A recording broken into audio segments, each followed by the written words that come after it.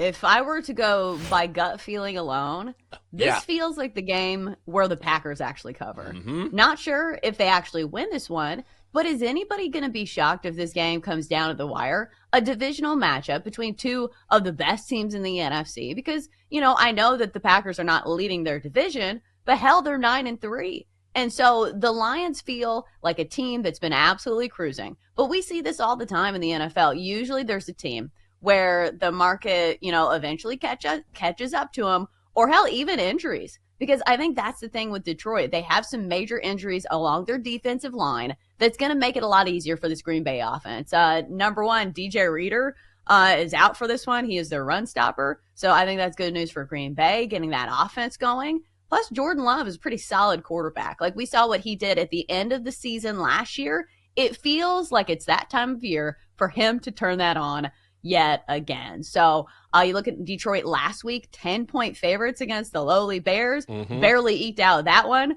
Thank you, Matt Eberflus. So I feel like this is a spot where Green Bay maybe covers the number at plus 3.5. But do I really want to fade like one of the most dominant teams in football? Probably not. But if I had a lean, it would be on the Packers. I kind of want to do it.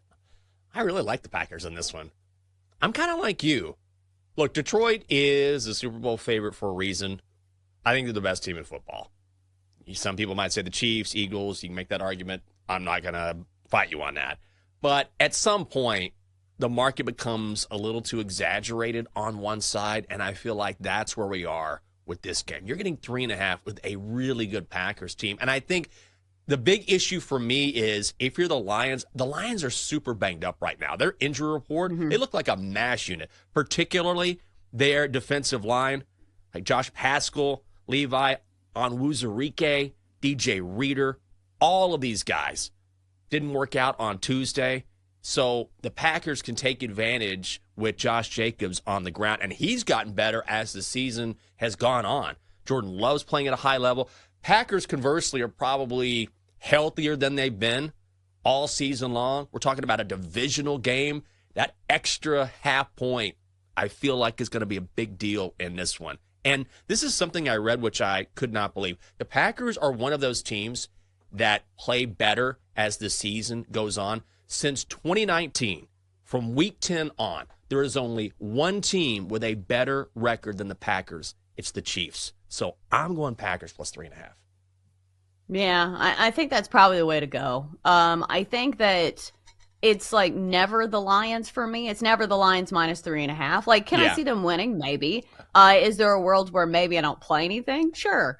But I would lean towards the Packers when it comes to a side. How about a total in this one? 51.5.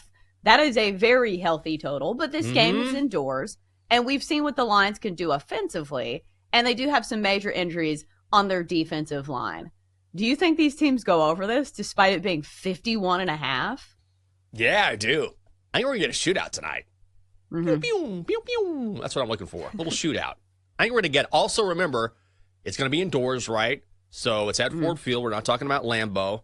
And whenever a game has a lot of skilled players who are very talented, you're playing on turf, they tend to play faster. You don't have to worry about the elements, obviously. But look at these offenses. Like the Packers have the number 2 offense or number 3 offense in the NFL. Lions are number 2. 2 top 5 offenses going at. I knew the Lions were high-powered. I didn't realize Green Bay has been so explosive. And then Sam Laporta, I think, is going to be back for Detroit tonight, so that's just another skilled player on the field. And also we've got trends working in our favor. Lions have hit the over in 4 of their last 5 games in the division. Same thing goes for the Packers when they're on the road. We've seen a little money come in on the over. I feel like we're going to see a back-and-forth game. Could be decided by a field goal, which is one of the reasons why I like the Packers plus 3.5. But I'd lean to the over here. I think I would as well. Like, again, I don't think it's ever the under for me. Like, I don't want to root for that bet. But again, like 51.5 is pretty high. I think a lot of it depends on who is going to be controlling the clock. But I will say both these teams, they can run the football because maybe that's your sabotage factor. If these teams can get those big, long drives where they're dinking and dunking down the field, that's what's going to cost you if the total is 51.5. So we know Detroit can do that with their great offensive line and their 2-headed rush attack with Jahmyr Gibbs and David Montgomery.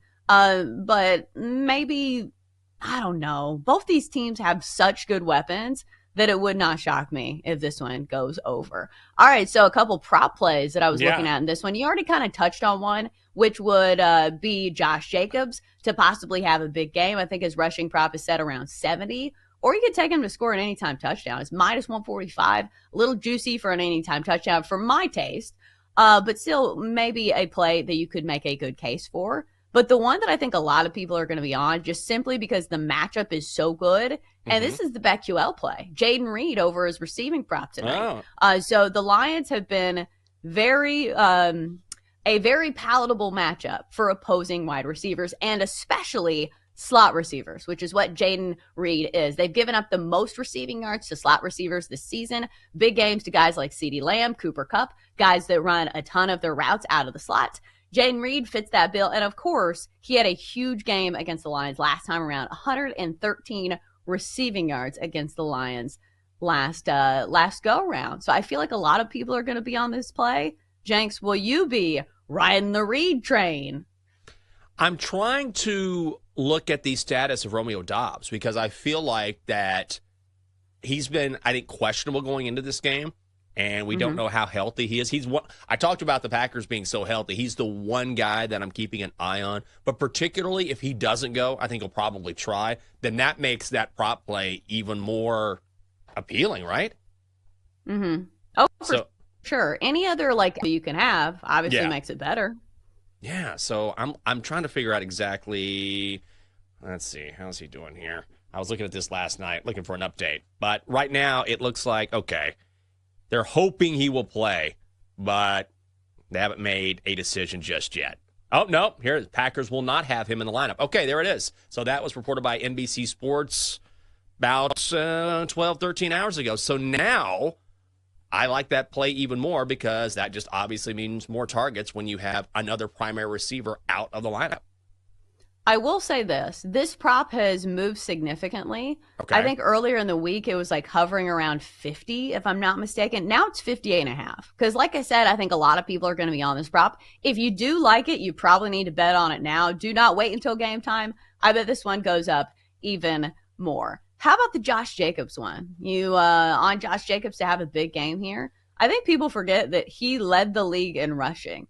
Back when he was with the Raiders, he is a dynamic back when he gets some blocking. 68.5 is the number for him. Is juiced to the over at minus 135. Some of this goes with game script as well. If you think the Packers are in this game and, they're not playing from way behind, which this line would indicate that this game is supposed to be at least relatively close, I think this is a good spot for Josh Jacobs.